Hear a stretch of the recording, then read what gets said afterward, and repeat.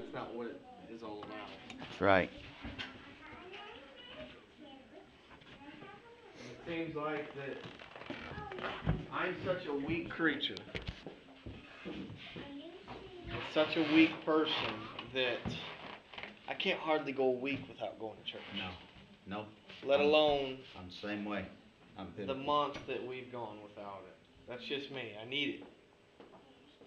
I'm not a strong person. I'm not a strong Christian. I'm just not, Josh. I'm just being honest with myself. There wasn't anything that when I felt like I was getting called to preach that says that you're going to be the perfect person. You're going to be the perfect Christian. It just don't work that way. I'm just me.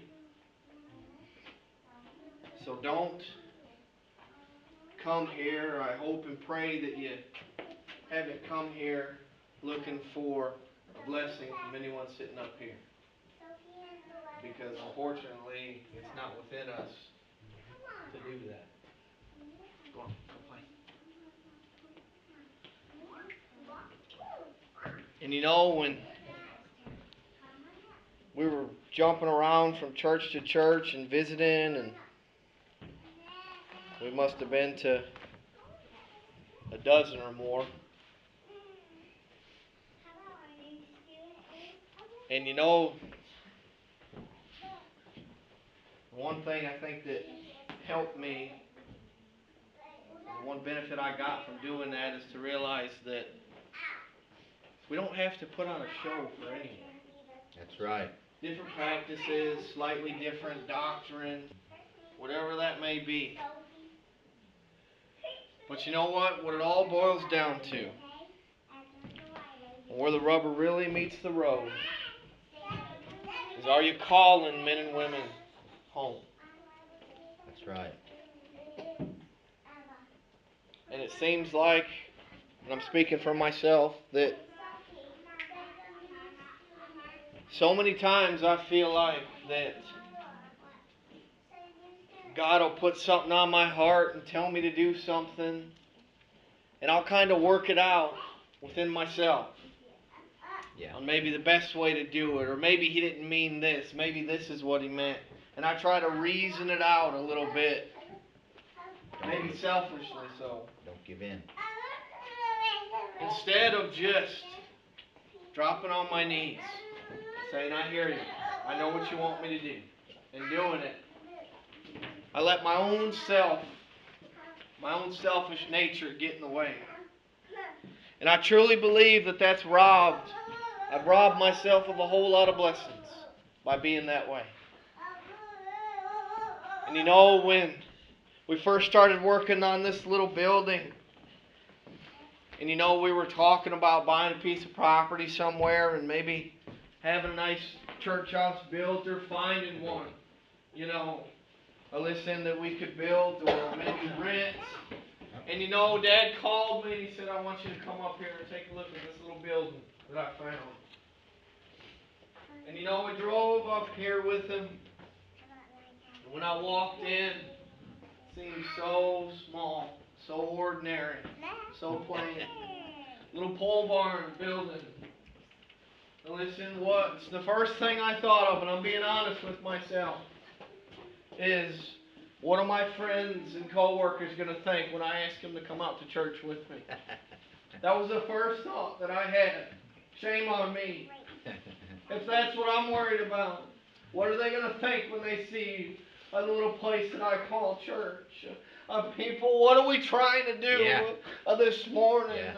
Did you come out here this morning just feeling like that we have to go through the motions?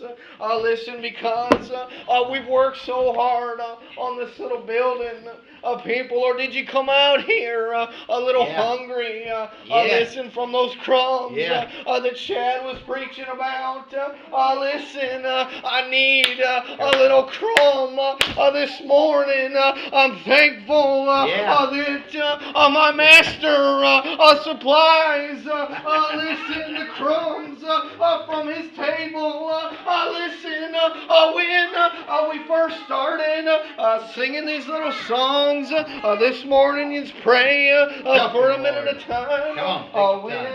When we first started singing those hymns, I felt like I wanted to shout inside, and I heard you say, listen, when you were saying that, when you got done, that you needed that.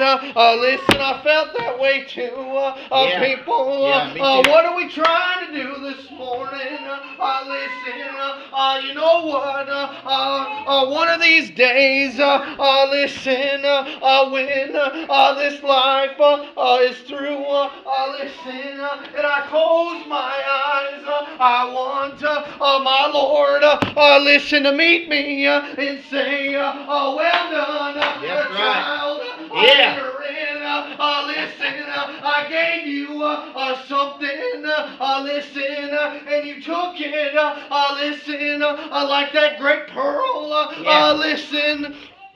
You know what, but we need to be careful, listen, and not let our own selves get in the way, because, you know what, there was a man a long time ago, listen, when Israel was without a king, listen, and you know what, there was a man named Samuel who was a prophet there, and they kept coming to Samuel, the Israelites saying, Samuel, we want a king, we want someone, listen, to lead us here, and you know what, Samuel, he kept pushing them off, and saying, no,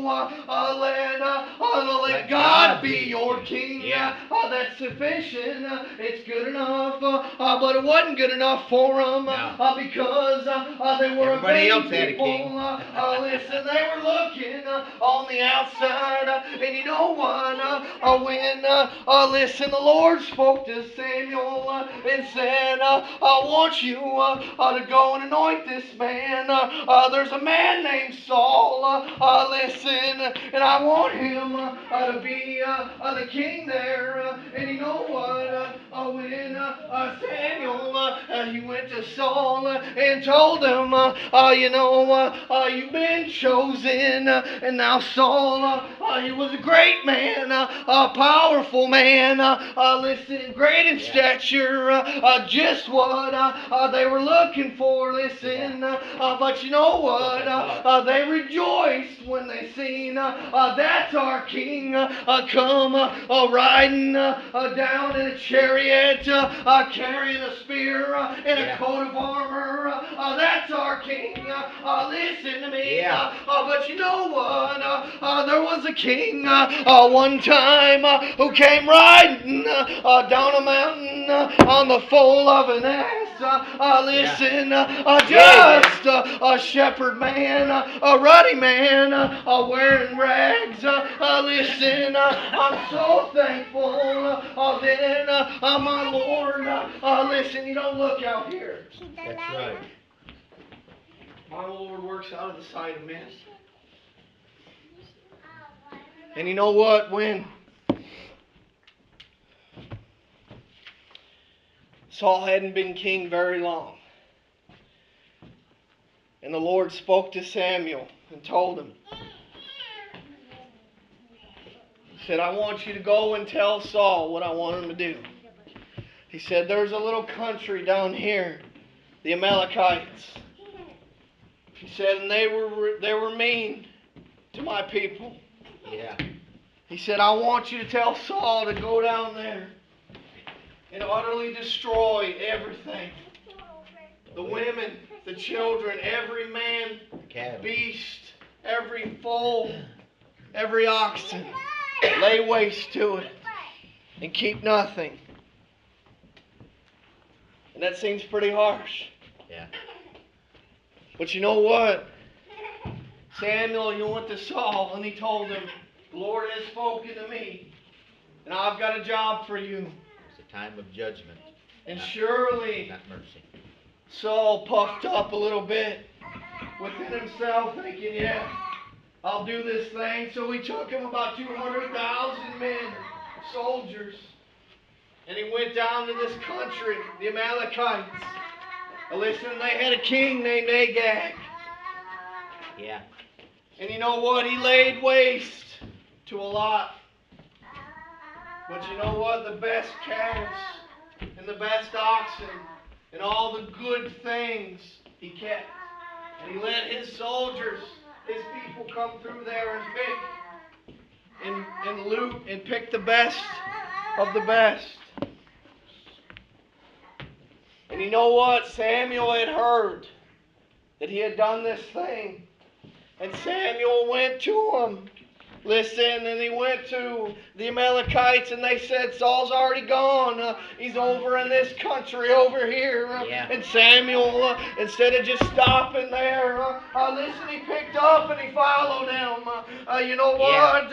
And when Saul seen Samuel coming from afar off, no doubt, listen, some thoughts crossed his mind because he ran up to Samuel and said, look what I've done for the Lord, puffed up. But listen to me, I love what Samuel said then. He looked at him and he said, then what meaneth this? The bleating of the sheep in my ears and the lowing of the oxen that I hear. And you know what? I bet that knocked Saul down a peg because he said, well, I've taken these and you know what? I've saved the best and we're going to sacrifice them to the Lord. Listen, and you know what? I saved that king and I'm going to save him for the Lord. And Samuel looked at him and said, listen, do you think that it's better to honor the Lord with burnt offerings? Listen, or is it better to be obedient? Obedience. Because obedience is greater than sacrifice. And Saul fell on his knees in front of Samuel and repented for what he had done. And he called them, all the soldiers, and they brought forth everything and he slaughtered it right there. And they brought forth that king and he slew him with his sword. Because you know what? We may think when life throws us a curveball or an opportunity, we may reason within ourselves, this is the best way to do it. Or this is the right way. Instead of just being obedient to what the Lord would have us to do. And you know, I read that the other day and I remembered those thoughts that I thought when I first came in here. What am I going to think? Be embarrassed to have my friends, my coworkers come up here. And it shamed me when I read that. I've read that story 100 times, Dad. Instead of just using what God has given us. Because my Lord works on the inside. We fill this church with love, with God's Spirit. That's all that matters. We'll outgrow it soon enough. Come on, Dad. Go on, close it out.